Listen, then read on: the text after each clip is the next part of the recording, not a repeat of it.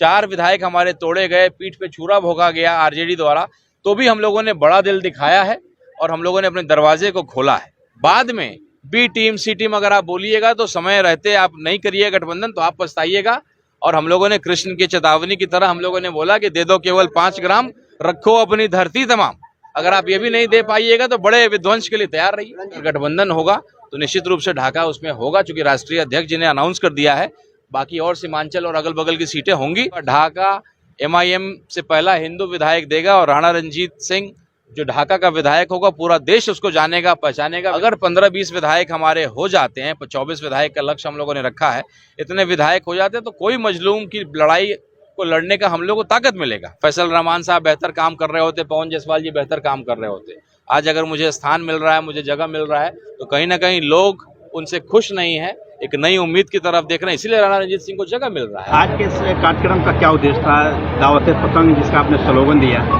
देखिए, आज का ये कार्यक्रम मूलतः हम लोगों ने अपने प्रवासी भाई जो मजबूरी में ढाका से पलायन करके अपनी रोजी रोटी के लिए बाहर प्रदेश में, मुंबई में, हैदराबाद में, कलकत्ता में, दिल्ली में रह रहे हैं, ऐसे तमाम भाई अभी त्यौहार के अवसर से बकरीद और मुहर्रम के बीच में वो ढाका आए हुए हैं। तो अक्सर उनका सुझाव मुझे मिलता है सोशल मीडिया के माध्यम से, फ़ोन के माध्यम से, लेकिन मेरी इच्छा थी कि मैं उनसे रूबरू होकर के मुलाकात करूं, उनसे बात करूं। कई तरह के सुझाव मिले, कई अंदरूनी बातें पता चली कि कौन किससे नाराज़ है, किससे हम लोग बात करें तो वो हमारे पक्ष में आ जाएगा, कैसे पंचायत में हम लोगों को काम करना है, कैसे बूथ लेवल की कमेटी को बनाना है, कैसे कार्यालय खोलना है, किन लोगों को पद देना है, कैसे सभी समाज के लोगों को समावेश करना है, दलित समाज से लेकर के हर समाज के लोगों को कैसे लेकर के चलना है, इसकी चर्चा हुई। और सुझाव पेटी में लोगों ने अपना सुझाव रखा, अपनी बात को रखा। लगातार आप लोग गठबंधन की बात कर रहे हैं, तो कहाँ तक क्या पहल हुई, कहाँ तक बातें हुई अभी तक? देखिए, हम लोगों ने एक प्रस्ताव दिया कि भाई हम नहीं चाहते हैं कि ऐसे ही पार्टी जो मॉब लिंचिंग कराना चाहती है, डिवाइड एंड रूल पॉलिसी को अपना करके जो है हमारे समाज में जहर बांट करके चलाना चाहती है, ऐसी पार्टी को फायदा हो ये हम कभी नहीं चाहते। तो 4 विधायक हमारे तोड़े गए, पीठ पे छुरा भोंका गया आरजेडी द्वारा, तो भी हम लोगों ने बड़ा दिल दिखाया है और हम लोगों ने अपने दरवाजे को खोला है। तो अभी बात चल रही है, चूंकि अभी वो अपनी समस्याओं से तेजस्वी जी परेशान है। कितने सीटों पर नहीं, देखिए, हम लोग बहुत प्रैक्टिकल बात करते हैं। अगर 15-20 विधायक हमारे हो जाते हैं, 24 विधायक का लक्ष्य हम लोगों ने रखा है, इतने विधायक हो जाते हैं तो कोई मजलूम की लड़ाई को लड़ने का हम लोग को ताकत मिलेगा। देखिए, 5 सीट थे हमारे, हम लोगों ने ज्यादा का डिमांड नहीं किया है। उनको जो लगता हो 12, 15, 20 सीट पे जो है जो बातचीत होगी, ढाका बिल्कुल, जब राष्ट्रीय अध्यक्ष जी ने जब अनाउंस कर दिया है तो ढाका तो हर हाल में होगा। एक गठबंधन हम सीट पे नहीं कर रहे हैं, हम बाकी पार्टियों की तरह नहीं है कि हम कहेंगे कि भाई हमको 12 सीट दे दीजिए और हमें आप कहीं फेंक दीजिएगा तो हम वो सीट ले लेंगे। 100 सीट हम लोगों ने अपना लिस्ट दिया है कि भाई अगर गठबंधन होगा तो निश्चित रूप से ढाका उसमें होगा, चूंकि राष्ट्रीय अध्यक्ष जी ने अनाउंस कर दिया है। बाकी और सीमांचल और अगल बगल की सीटें होंगी। जिस विधानसभा में लगभग 1.5 लाख मुसलमानों की आबादी हो, उस विधानसभा से आरजेडी से कोई विधायक अगर हार जाता हो तो इससे बड़ी शर्मनाक बात नहीं है। तो अगर पवन जायसवाल जी चुनाव जीते हैं तो मुसलमानों के वोट से जीते हैं। 25 से 30 हजार मुसलमानों ने उनको वोट किया है।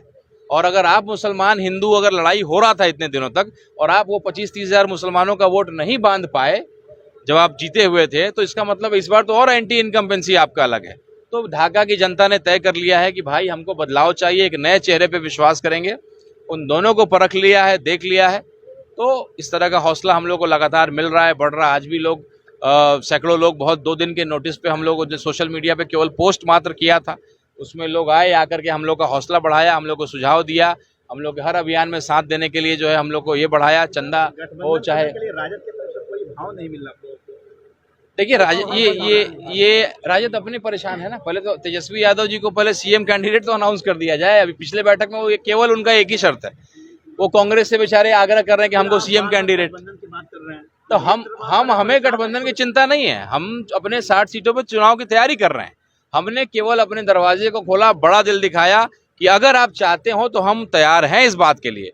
बाद में बी टीम सी टीम अगर आप बोलिएगा तो समय रहते आप नहीं करिए गठबंधन तो आप पछताइएगा। और हम लोगों ने कृष्ण की चेतावनी की तरह हम लोगों ने बोला कि दे दो केवल 5 ग्राम, रखो अपनी धरती तमाम।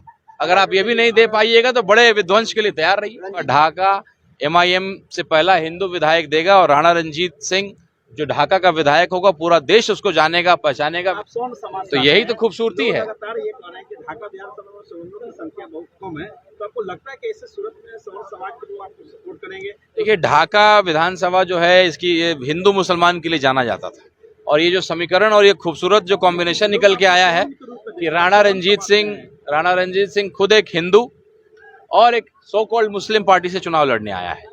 बात यहाँ स्वर्ण की और दलित की नहीं है, बात है जनता के हक की लड़ाई को लड़ने का, बोलने का, जुबान करने का। एक नेता से लोग क्या उम्मीद करता है? किसी के साथ कुछ गलत हो रहा है तो नेता जा करके उसके साथ खड़ा हो, संघर्ष करे। भारतमाला का मामला हो, भारतमाला में स्वर्णों का जमीन नहीं है क्या? भारतमाला में दलितों का जमीन नहीं है क्या? जो मुद्दे हम लोग बिजली को लेकर के उठा रहे हैं, क्या उसमें दलित का मुद्दा नहीं है क्या? स्वर्ण का मुद्दा नहीं है क्या? तो हम लोग जो भी संघर्ष कर रहे हैं, हम लोग सबको लेकर के चल रहे हैं, हम लोग कहीं किसी को बांट करके नहीं चल रहे हैं। और जिस तरीके से अरविंद सिंह जी हमारे स्वर्ण समाज से आए हैं, कई ब्राह्मण समाज के लोग जुड़ रहे हैं, अब तक कोई विकल्प नहीं था। और जो बीजेपी पार्टी है वो उसका बी किस लिए जाना जाता है वो आप सबको बेहतर मालूम होगा। और जो यहाँ के वर्तमान विधायक हैं उनकी छवि स्वर्णों में किस तरह की है, और स्वर्ण कितने इच्छा से और कितने मजबूरी में वोट किया करते थे, वो आप बिना माइक के पूछ के देख लीजिएगा। प्रतिदिन मुझे कई स्वर्ण समाज के लोगों का, दलित समाज के लोगों का फोन आता है कि भैया इस बार बिल्कुल आपके साथ हैं। लोकसभा में चूंकि आनंद मोहन जी चुनाव लड़ रहे थे, मेरे समाज से आते थे, तो उसकी परिस्थिति और थी, लेकिन इस बार ऐसी बात नहीं है। अपने समाज की बात कर रहे हैं, बता रहे हैं कि लोकसभा में आपके समाज के लोग थे, चुनाव लड़ रहे हैं, लेकिन इस बार भी आप ही के समाज से है एक अभिजीत सिंह चौहान जी, वो भी आ रहे हैं इसी ढाका विधानसभा से। देखिए, चुनाव समीकरण से जीता जाता है।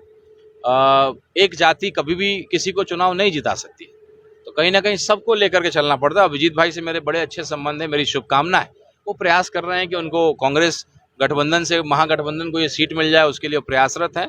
और बहुत अच्छे व्यक्ति हैं, बहुत मजबूती से हर मुद्दों को भी उठाते हैं। मेरी शुभकामना है।